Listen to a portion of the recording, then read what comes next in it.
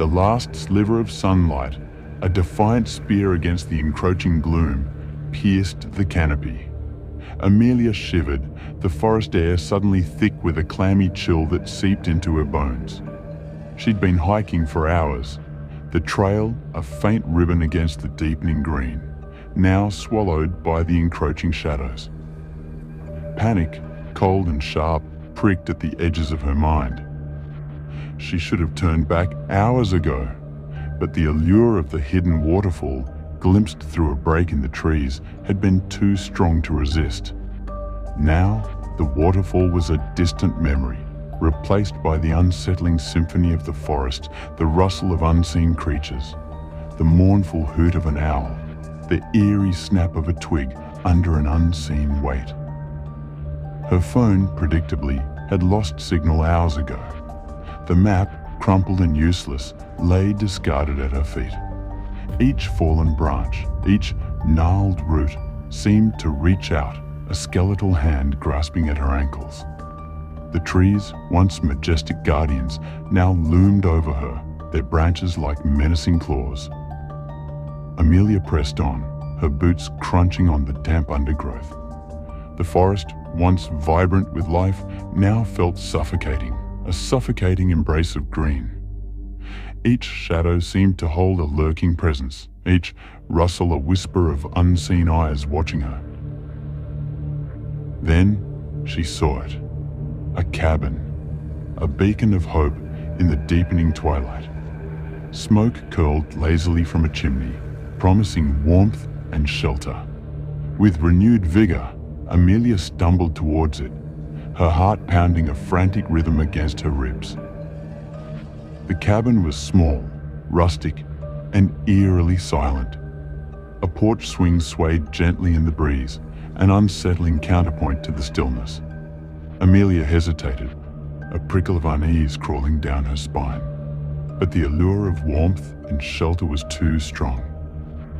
She knocked tentatively, her voice a mere whisper in the oppressive silence. No answer. She tried the doorknob, finding it surprisingly easy to turn. The interior was dim, dust motes dancing in the single shaft of moonlight that pierced the gloom. Furniture, draped in white sheets, stood like ghostly sentinels. A grandfather clock, its pendulum frozen mid-swing, ticked ominously in the silence. A cold draft swept through the cabin, extinguishing the last embers of hope in Amelia's chest. This place felt wrong. An unnatural stillness hung in the air, a silence that screamed of unseen eyes watching her. She decided to leave, but the door, when she turned the knob, was locked. Panic clawed at her throat. She pounded on the door, her frantic cries swallowed by the suffocating silence. Then she heard it, a sound from upstairs, a soft, slithering sound. It moved slowly, deliberately, across the floorboards above. Amelia's blood ran cold. She backed away from the door, her eyes darting frantically around the room, searching for an escape. The grandfather clock began to chime, each toll a hammer blow against her already shattered nerves. At the 12th chime, the lights flickered and died, plunging the cabin into absolute darkness. A low growl, guttural and menacing, echoed from the shadows. Amelia screamed, the sound swallowed by the suffocating silence. She scrambled towards the window, her hands frantically searching for the latch.